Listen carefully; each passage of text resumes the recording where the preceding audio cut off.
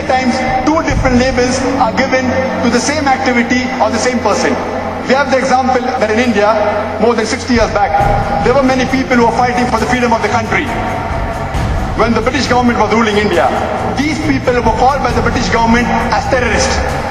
But we common Indians, we call them freedom fighters, as patriots. Same people, same activity, two different labels. If you agree with the view of the British government that they had the right to rule over India, you have to call them terrorists. But if you agree with the view of the common Indians that the Britishers came to India to do business, they have no right to rule over us, then you would call them freedom fighters, as patriots. We see the example of American Revolution in the 18th century. The British government, when they were ruling America in the 18th century, there were many Americans who were fighting for the freedom. Benjamin Franklin, George Washington. By this British government, they were called as terrorist number one. America got its freedom in 1775-76. Later on, George Washington becomes the first president of USA. Imagine terrorist number one becomes the president of USA.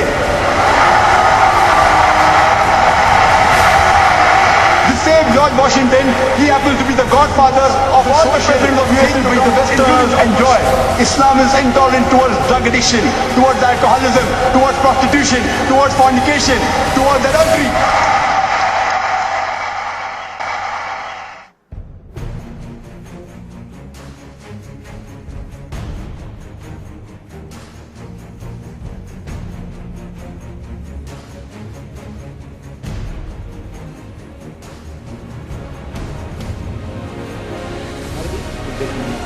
Your English is improving.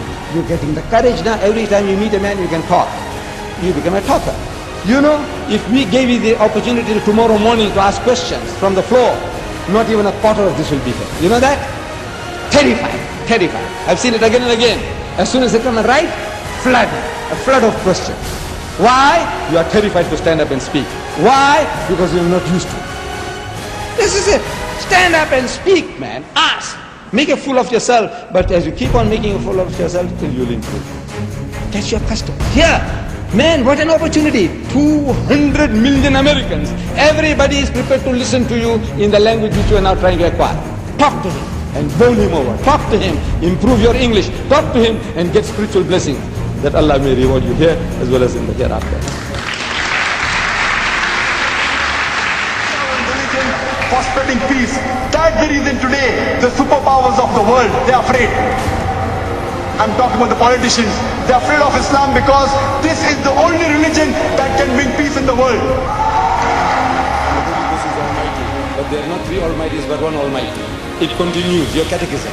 It says the Father is a person, the Son is a person, and the Holy Ghost is a person. That's what Brother Swagger says in his book. Person, person, person. But not three person, but one person. I am asking, what language are you speaking?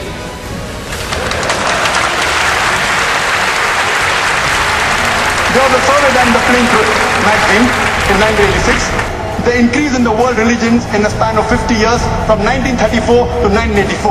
And number one religion was Islam, 235%.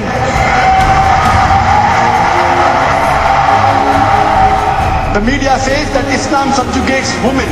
If Islam subjugates women, out of those people accepting Islam, the non-Muslims, the Americans, the Europeans, 2/3 of them are women. Why are these American women, why are the European women accepting Islam if Islam subjugates them? Look, some Muslim scholar. I am not doubting your rest.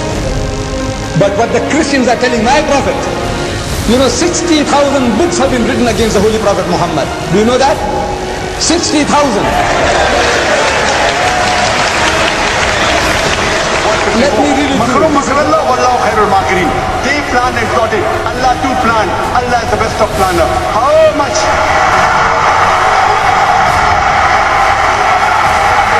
However much the media is against Islam, the more they try to subjugate Islam, the more they try to suppress Islam, inshallah, Islam will spread more.